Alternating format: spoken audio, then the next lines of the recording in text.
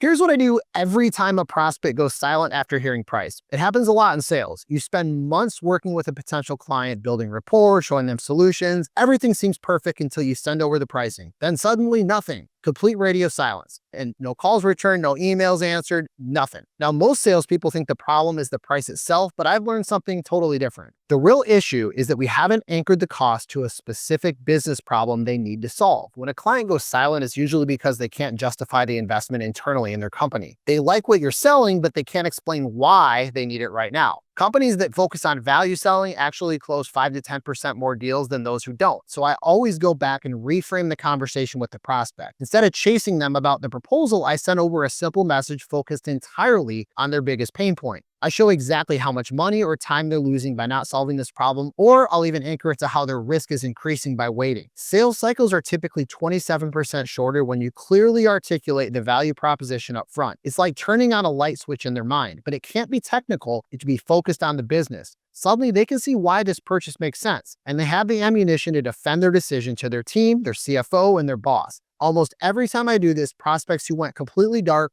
start responding again. The price hasn't changed, but their perception of its value has.